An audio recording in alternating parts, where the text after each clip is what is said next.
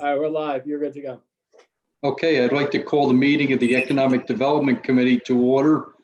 We do have a quorum tonight. First item on the agenda is approval of the minutes from the previous meeting. I assume everybody has received a copy. Is there any questions on that? If not, do we have a motion to approve the previous meeting minutes? I'll make a motion. Mr. Ricard, second. We have a I second? second. I missed that. Mr. Grimm? Oh, sure. Oh, Mr. Drake. Okay. All those in favor? All right. Those opposed? Unanimous. Thank you. Tonight's meeting has really, a lot of people have been talking about the businesses and the effect of COVID, and our committee, we've kind of been shut down the last couple of months because of the COVID-19 situation. But it doesn't mean that economic development in Albany County is stopped, because Kevin O'Connor has been in office approximately 100 days now, and since we confirmed him. And normally during that time, you're getting your office together and getting organized, but I can tell you firsthand that he has been working the trenches with our businesses, going through the nuts and bolts of trying to get them on track, keeping them in business. We've gone from an attraction of business to really retaining what we have right now. And I probably had 12 Zoom meetings with Kevin, plus numerous phone calls. And I know a few of the others have been on, conferences with him as well. But he's been working very hard to retain the businesses that we have. And I asked him if he would give us a few minutes tonight to just brief the committee on that effort, as well as, the Camoin report was released. We really didn't have enough time or a lot of time as a committee to review it. But Kevin can give us a little synopsis of that, as well as any other news he has. So without further ado, I'll turn it over to Kevin for a little presentation, and then followed by some questions and answers after from any of the members of the committee. So thank you, Kevin. Great. Thank you, Chairman Ward, and thanks for the invitation to address the committee tonight. Good evening, everyone. I hope you, your families, and your livelihoods have survived these unsettling times. Unfortunately, for a lot of the residents of our county, they have not. As Sean said, I'm approaching 4 months in a job, having started on March 6th, 2020. Timing's everything.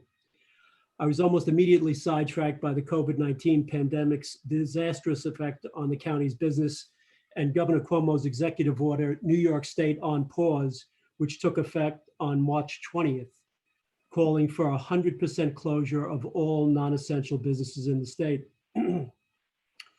Working with a great staff in the county executive's office, Dan Lynch, Mike McLaughlin, and Luke Rogers for the most part, we fielded over 100 calls since then from county business owners seeking guidance on the closing and telling us of the devastating effect the closing were having on their businesses. Upon hearing that the state was to issue an executive order to allow IDAs to make grants and loans, we immediately convened the 7 industrial development agencies in the county to see if they could help affected businesses, and have met over a dozen times, as Sean just mentioned, since then. And Sean's been good enough to attend all of these meetings himself personally.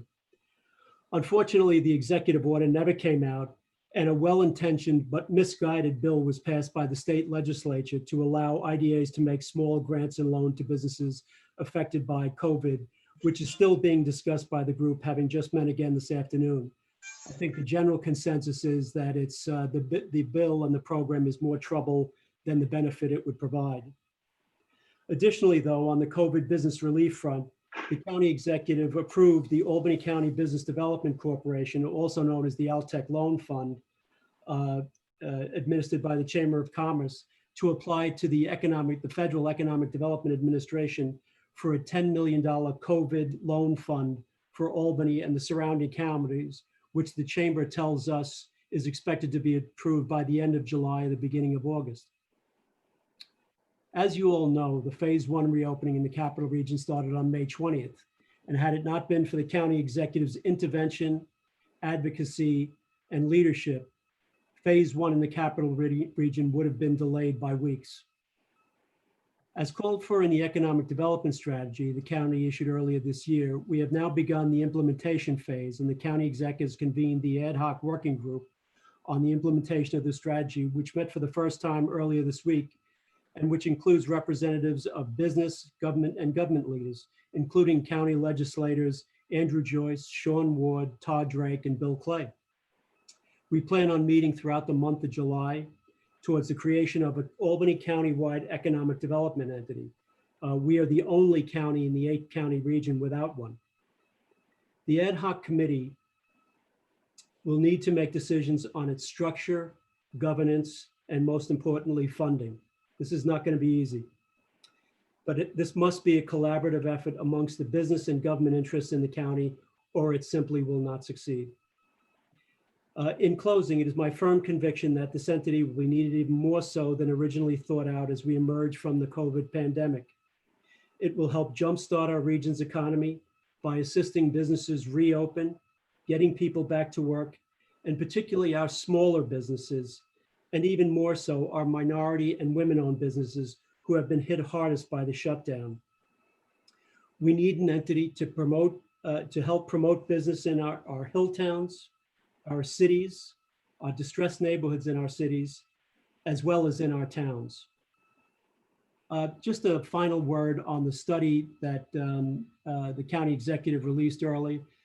This is one of the most comprehensive strategies that I've seen of any of the counties, and I've been involved in the periphery of economic development for the last 30 years. And if you haven't looked through it, I'd suggest you do so. And at this point, I'd be happy to answer any questions you may have. I don't want to go on ad nauseum here. So happy to answer any questions. Thank you for your time. Okay, if you have any questions, could you just please, you could even physically raise your hand or use the button. I think there's a raise hand button on here somewhere, but just let me know. Mr. Grimm. You have to unmute yourself, please. Thank you, Mr. Ward. Appreciate it very much. Kevin, good to see you.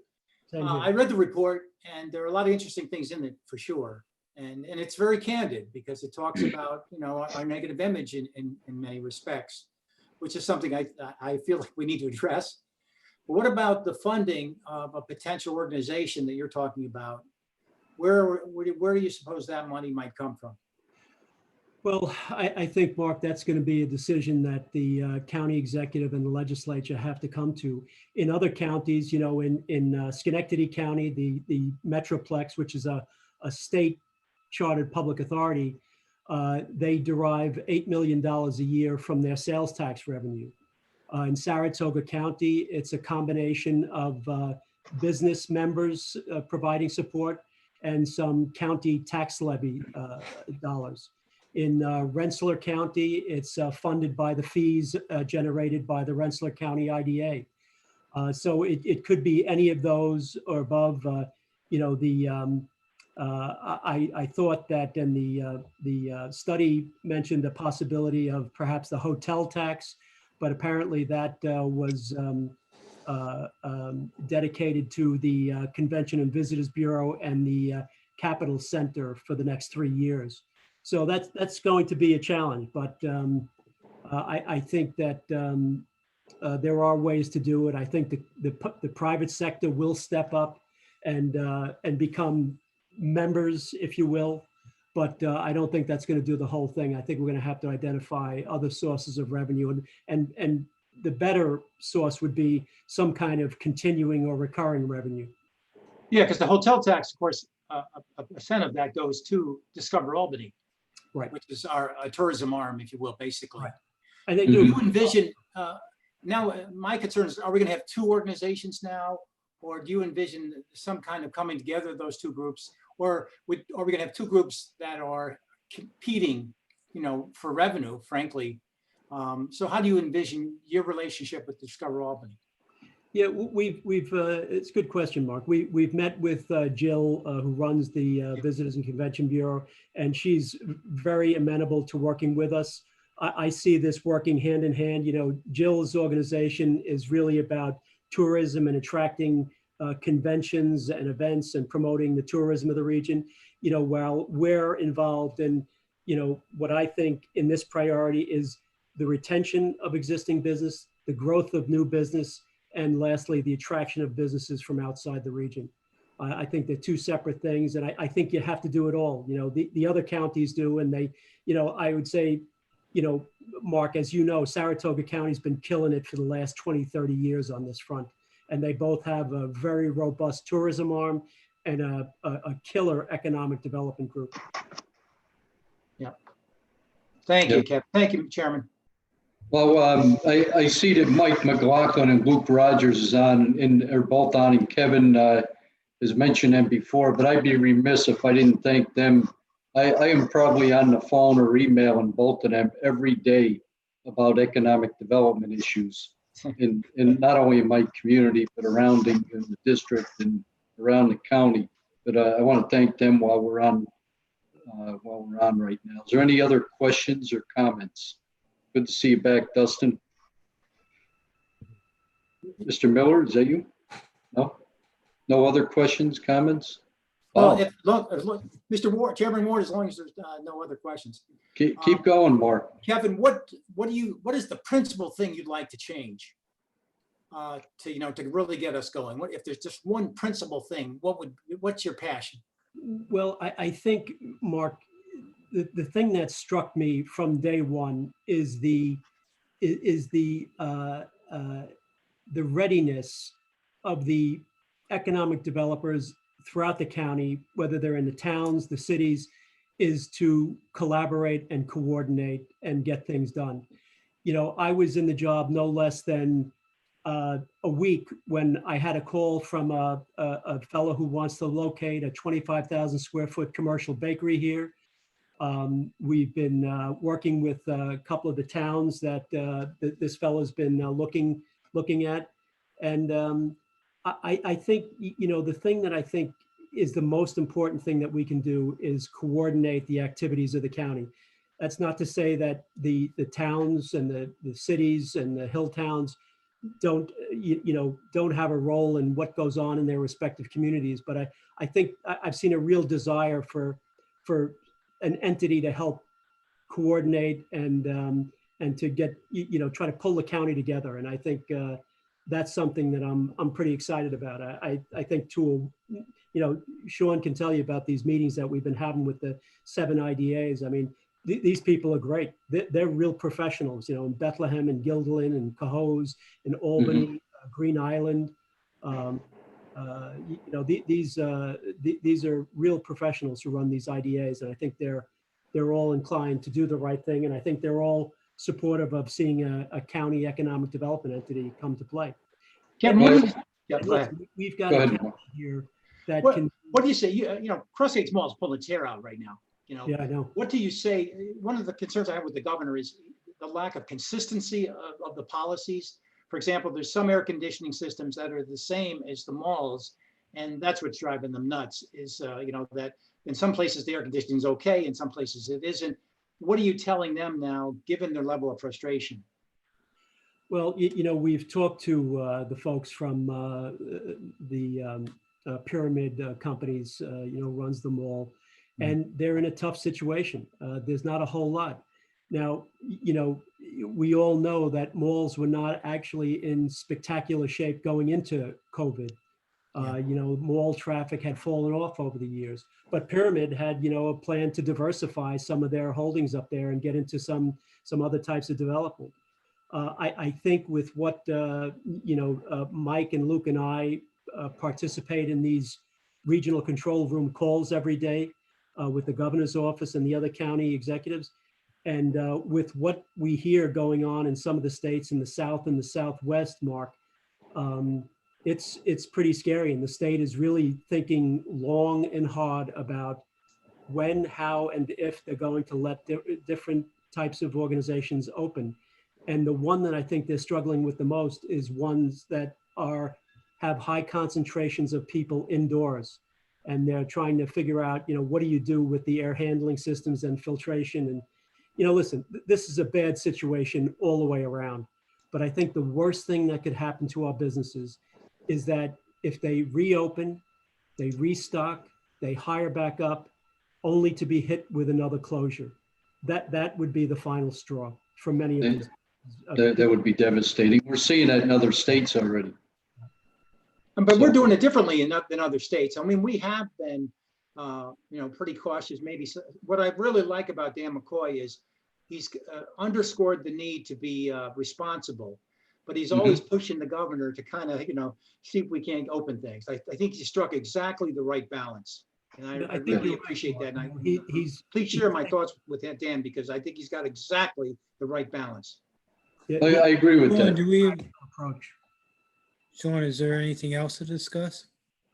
Who, Mickey? Yes. Did you have a question?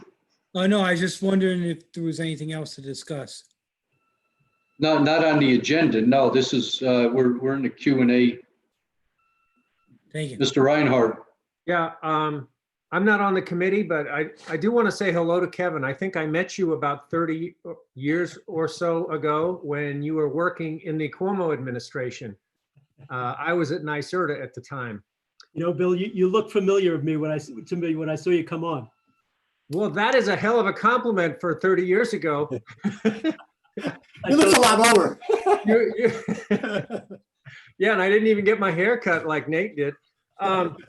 So what I wanted to ask is, and I realize this is a very hard question. I don't pretend to have the answer, but given what we were just talking about with, false starts with openings and the surges coming back out west and in the south, I feel like we somehow have to have a strategy in place, which is going to sound brutal, but almost like a triage process of saying the limited resources that we have to spend, how do we best spend those so that we're not essentially putting money towards things that, at least in the short run, just aren't going to work. And I don't mean to say this as a policy decision, but let's say, for example, you look at bars and you say, yeah, well, we could help out some bars, but just they're not going to work right now. At least they wouldn't in other places. Now, maybe here in Albany, we've gotten the curve down so low. Maybe some of these things we can do that you can't do in Arizona or Florida or other places. But it seems like part of our due diligence is to figure out the strategy that says, maybe it's the outdoor activities that can go now and we can start pushing that stuff now, but not some of the indoor close together kinds of activities. And I'm curious if you've thought about that. And that's something that's obviously, it's a moving target as we, as things evolve, but it seems like we have to be careful about how and where we spend our resources. Bill, I can answer that myself. And I've been working with, the county executive's office, Kevin, Mike, Luke, every day on reopening different businesses, coming up with health and safety plans, getting them through the phases and the affirmations. It's like Mark said, it's a balancing act for the county executive. You have to have a good balance of trying to get the business on track and then still keep us healthy as well. It's, there's no exact science. There is a playbook for this, believe it or not. I'm also involved in emergency management. And years ago, I think it was 2008, we had somebody come in and talk about a pandemic. And most of the emergency managers were sitting there saying, I can't imagine that ever happening, but I'm glad we're talking about it. And guess what happened? Yeah. So there is a playbook for it. It's not exact, but I know that, the county executive's entire staff has been working on this daily. So Mike, did you have something? Yeah, Chairman, thanks. I just kind of wanted to add and I guess inform, just because there actually is a lot of misunderstanding about these control rooms. We've really, I guess I could say, been relegated to advocating beyond, on behalf of industries. So, unfortunately, any playbook that we come up with is a playbook that is very intimately based off of what the state government allows and doesn't allow, right? So we can come up with a playbook, but if the state government doesn't allow whatever industry to open and operate, right now, the issue of the last few days has been gyms. Some folks probably have seen in the paper, there was an article, because gyms is a very broad thing. Some people do MMA, some people do, HIIT training. Some people go to a Planet Fitness type facility. So we're getting all these, some people go to a dance studio, whatever the case may be. And so we're getting all of these inquiries saying, I'm not a large Gold's Gym type facility. I can operate outside. Why can't I operate? So in those instances, to your point, we basically on these control room calls, go to them and say, listen, there's something's been classified incorrectly. We really think you should reconsider it. Sometimes they do, sometimes they don't. And sometimes they say they are and take a very, very long time to do so. So we're in a very difficult position because we have to just kind of advocate as best we can. Kind of gets back to what Mr. Grimm was saying about walking that fine line, saying, if the information and the data is there to support opening, please open, do so safely. One thing that Chairman and I have just most recently been talking about is these plans, the affirmations that businesses have to put together to make sure that they're assuring everyone of safety and minimizing the potential to spread the virus, things like that. That's really where our focus has been.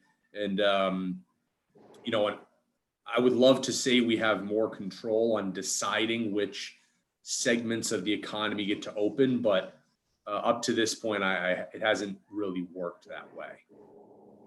Sean? Thank you, Mike. Kevin? Yeah, just back to Bill's question. Bill, I think about that all the time. How do you pick the winners and losers? And having been involved in economic development at the state level, the regional level, and now at the county level, it occurs to me that looking back, I don't think anybody's really good at that. And if you make the analogy of, the sick patient, I don't think you cannot attempt to try to help a business in need. I don't know where you draw the line, and I haven't seen anybody be able to do that very successfully. I think what we've got to do is we've got to do as much as we can do for everybody that needs it. And knowing full well, Bill, that some of those that you help out are not going to make it. But you have to try. God forbid, Bill, they ever say, hey, we're not going to spend any healthcare dollars on you old guys because you're the most vulnerable anyway. So I don't know. It's a tough question. It's one I think about all the time, and which we've talked about in this group that Sean is with us with the 7 IDAs. How do we, this isn't hundreds of millions of dollars, which is what it would probably take. This is, millions, if maybe tens of millions, if everything falls in place. And that's a tough one. And I don't know a good answer to that, but I've never seen anybody pick and choose really well. I've seen great businesses and that the state has given tons of money to go under in no time. And I've seen businesses that they've turned down flourish. Mm-hmm. Yeah. Yes. Any questions, comments? I guess Welcome, I have one other question. Yeah, go ahead. Are So do I, we, too. and I'm not sure if this is, Kevin's bailiwick or not, but are we looking at a effort to basically organize a good strategy for pulling in grants and, whether they're competitive solicitations or not, trying to get grant money to help out in some of these areas? Is that part of what you're looking at, Kevin? Absolutely.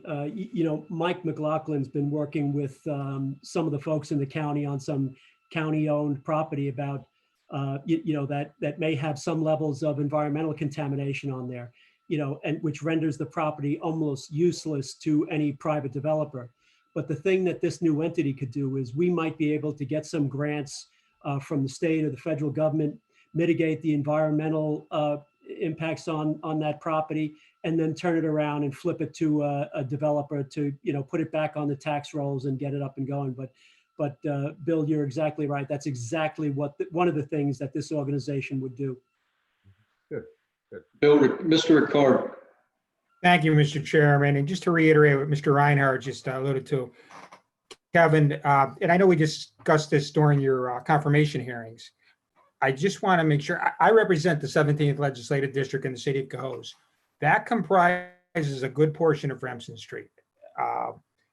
My concern is, though, I just want to make sure, like Bill just said, that those businesses, and we've got a lot of restaurants and bars, they're not forgotten. In addition to that, though, we got to come up with some way to get some more other type of businesses, other retail establishments. I can't emphasize that enough. I'm really worried about some of the current restaurants and the bars down there. We need to come up with something to help them out some way, somehow. And it's just not Cohoes, to get me wrong. Bill's got a problem out in his municipality. We all do. It's just not Cohoes, and I'm not just saying that it's about me and my legislative district. I can go to anyway, or Green Island, wherever you want to go. We all got an issue. I'm just want to make sure the smaller municipalities like my own is not forgotten. Thank you. I won't forget, Bill. I know you won't. I mean, Bill, I don't, there's not much to say. You're exactly right. I mean, the good thing that one thing on the retail thing, I was talking to a friend of mine who's a national retail, he finds property for national retailers to relocate. And he was telling me that with the downturn in the malls, even before COVID, they were looking to cite smaller scale down stores in smaller cities because they feel that, the millennials and the Gen Z people are gravitating back towards our cities, and they're the biggest demographic and market that exists right now. And you guys have done a lot of great things up in Cohoes, and I think with the right kind of economic development strategy, and you have to have the municipality has got to be prepared to deal with these national retailers and help them, get these smaller scale stores into their place. You look at what happens up in downtown Saratoga Springs. Yep. That's the model, and I think it can be replicated. You always say the corporate entities pay the bills, and the small business makes it a community. So, Ms. Lockhart. Thank you. It's nice to meet you, Kevin. I'm Patty Lockhart. I'm from the village of Colony. And I wanted to kind of jump on what Mr. Ricard had said about the small businesses. I too have small businesses. And one way I think that you and the folks you're working with here at the county could be of help is helping the communication between our businesses and the state. For example, I have a daycare center that is relocating to the village from just outside the village, has spent a lot of money on this building. And then the pandemic hit and the state shut down. She's got all her, she's still operating in her old place with this because she also takes in essential workers' children, okay? Her biggest problem, she's up and ready to go from the village standpoint. She's got everything she needs, but trying to communicate with the state and having applications sit around for months through this thing, and then just, get answers like, well, we're working from home, so we're not really doing things and we're not doing this and that. I find and that's not just some of my other small businesses are saying the same thing. It's not so much that they aren't ready to go or maybe don't have their financial in order if they made use of grants, but they literally can't get answers from the state or get the proper paperwork, if they, so to speak, And I think that the county could be a great deal of help. A lot of our businesses, they've been in business, they know what they're doing, but they need some people to advocate, as you talked about earlier, to get some of this stuff moving. It's like the restaurants. These people are spending money to have in-house dining, and then the governor says, not so fast. They've just lost thousands of dollars worth of food. And, I think there's got to be some strong advocacy, which I think what Bill was talking about too. Yes. Patty, it was nice meeting you as well. I couldn't agree with you more, and listen,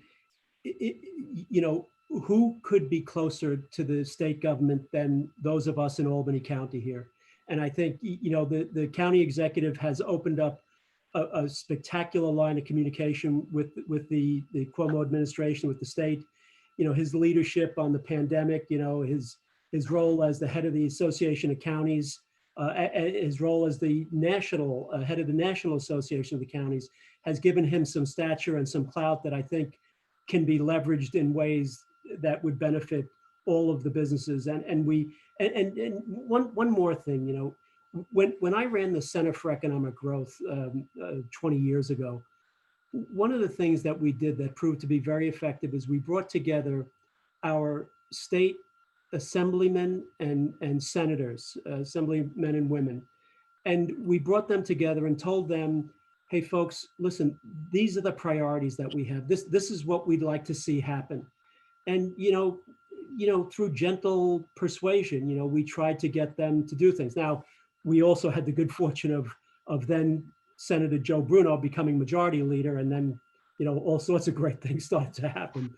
But I think this can be done. And Patty, I think there's a way to organize this to make it, a more formal process and to really have a real effective channel of communication with state government. And I will say, just do want to say, county executive's been great on a couple of things that I have. I was just wondering, can I direct businesses to your office? Oh, absolutely. Having difficulty with some of that kind of stuff, communication with the state or whatever their need might be, Yeah, no, absolutely. Give me a call, or Mike and Luke, but absolutely. I promise you, there will not be a phone call that does not go returned. Anybody calls us, we will get back to them. It may take a day, but we'll get back to them. Thank you. Very good. Anything else? I got another question. Yeah, Mr. Reinhardt, go ahead. Following up on what Patricia just said, and I know this sounds perhaps crazy, and I know it would not go along with Andrew Cuomo's normal way of doing things, but is there any chance that given the pandemic and the immense challenge of trying to deal with every business in the state, that the state might actually delegate some of those decisions about opening and closing to counties, or in fact, maybe just this county, so that some of what Patricia is talking about, if you or some entity in the county were actually the one, maybe it's Department of Health, who can say, yes, you can open, rather than having it sit waiting for the state to act. Is there any chance something like that could happen under these unusual circumstances? I don't know. Maybe Mike McLaughlin could better answer that. I just don't know, Bill. Sorry, Mike. Well, the state emergency orders. Wow, right under the bus. No. I just don't, listen, it's possible, but it's not, it doesn't seem likely, okay? In their defense, right? Like, we're not here to just bash the state government because they have a very difficult job. So they're looking at it from a state perspective. And so they're trying to control things across borders, across county borders, right? Across regional borders. So they have that to deal with. And they've kind of tried to give some local control, but it's been done in a way that really just allows the localities, Bill, to kind of confirm what the state is. So high school graduations, as an example, okay? Everybody we spent weeks on these control room calls saying, when is guidance going to come out? When is guidance going to come out? When is guidance going to come out? And then it finally came out and they said, well, the guidance is out, but you may want to check with your local jurisdiction. And so I was like, okay. So of course you go to the Department of Health, and of course they're basing their decisions off of state guidance, communication with the State Department, communication with the CDC, right? So they were then put in a very odd position of having folks hear that, when in reality, they were in a kind of a position to say, well, you went off of the state guidelines that were sent directly to you, so you're okay. So it hasn't been this full open, yep, okay, we're gonna leave this one to the localities, as the example I was just saying about gyms. Yep, localities can decide when they're on board. It just hasn't materialized, and I would assume it's frankly because of their calculation that you're going to have such a wild difference in different areas, different counties, different regions opening, that you're going to risk a second surge, or whatever the terminology you want to use. So I'm not optimistic that that kind of laissez-faire system of allowing different regions or counties to decide how to reopen is going to materialize. And of course, if the news coming out of other areas that open too soon continues to go in the direction that it is, it's not going to get, they're not going to back off of that for that exact reason. Yeah, well, I don't want to see laissez-faire, frankly. Yeah. You know me that well.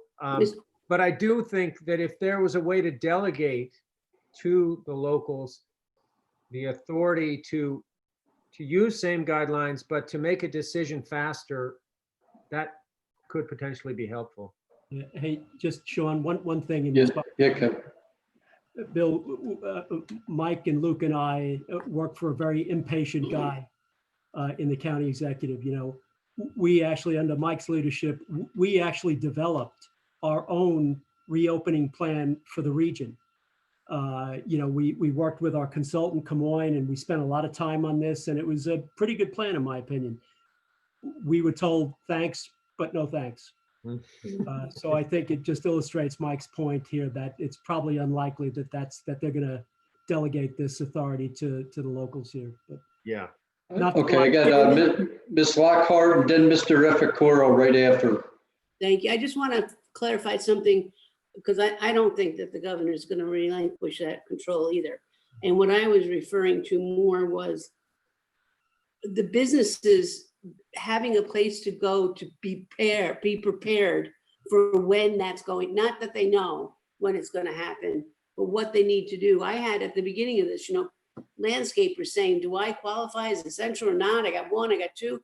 You couldn't get an answer from the state. You go to the website. And I just think that the county could be we're the closest to the people, and we could be better serving our businesses. We might not always have all the answers, but at least if both businesses know they're getting a response from us and that we're looking to get the answer. And that's what I'm hearing from a lot of the businesses in my community, is that they're giving up on trying to get an answer because they're frustrated. You go to the state website, so it's not very helpful. I'll be kind, okay, to a local business. So that's why I'm glad that you said, yeah, tell them to call me. You know, you might not have the answer, but maybe you'll find it. Not about when you're gonna open. I know the governor is gonna call that shot, you know?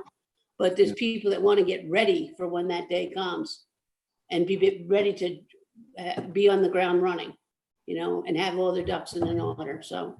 Right. Ferraro? I'm sorry, Ken. That's okay. Yes, Kevin, I want to thank you for joining us and coming to talk to us tonight.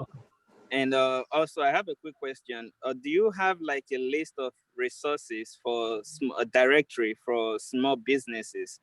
And is it possible that your office can put together a brochure or a pamphlet that we can distribute to small businesses that give them a list of funding that are available to them?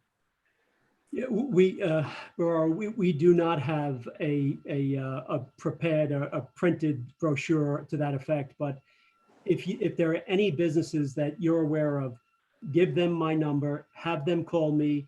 We will work with them to get them there. That is one of the, you know, one of the recommendations in the study is a communications plan, and we're going to have an online portal where businesses can go to and they can see what resources exist in the county and how to access them, you know, what applications they need to find out.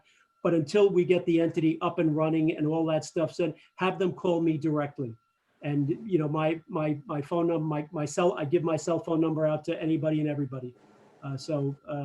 Because I understand how desperate some of these businesses are. And you know, again, particularly minority and women-owned businesses who, it seems to me, have been hit the hardest in this downturn. Thank you. You're welcome. We got anybody else? George? Mr. Langen? You're muted. Thank There you you. go. Sorry about that.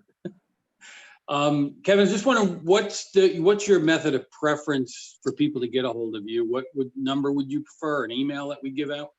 Yeah, my email or my cell phone number is 518-852-2209. You know, it's right on the you know, county listing.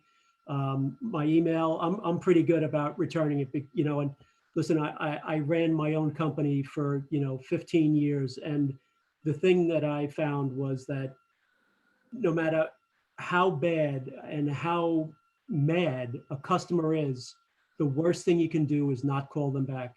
And, you know, I've made a pledge, and Mike and Luke and I, there will be no phone call that goes unreturned. I promise you that. I believe that, Kevin. I use your company, and Oh, good. they maintain that culture. I've been very Well, impressed. I'm glad to hear that. You know, customer service, it's all about customer service. Yep. Yep. All about Just customer- so everybody knows also, there's kind of a no wrong door policy, so to speak. So they come to the county exec's office, then Right. Kevin's expertise is obviously speaks for itself. They'll be forwarded to him. And so, you know, it's okay that if they don't know, just tell them to call the county. Hopefully they'll, you know, go up through the directory, and we'll get them to where they need to go. Very good. Anybody else? If not, I want to thank Kevin, Mike, Luke for joining us tonight. And, you know, if you have any questions, Kevin has given out his contact information. I know he's very receptive to questions from individual businesses or individual legislators. It doesn't matter. It's, you know, he's very much interested in helping out here, and I look forward to working with him. I know I'm going to be working with him a lot, but working with this committee as a whole, I think it's very important. We're going to play a very important function in getting this county back on track here, not only retaining, but attracting as well. So, thank you all. And if there's no other comments or questions, I'll ask for a motion to adjourn. I'll make a motion. Mr. Ricard, second. Mr. Grimm, Second. all those in favor? Aye. Opposed? Unanimous. Thank you all. Take care now.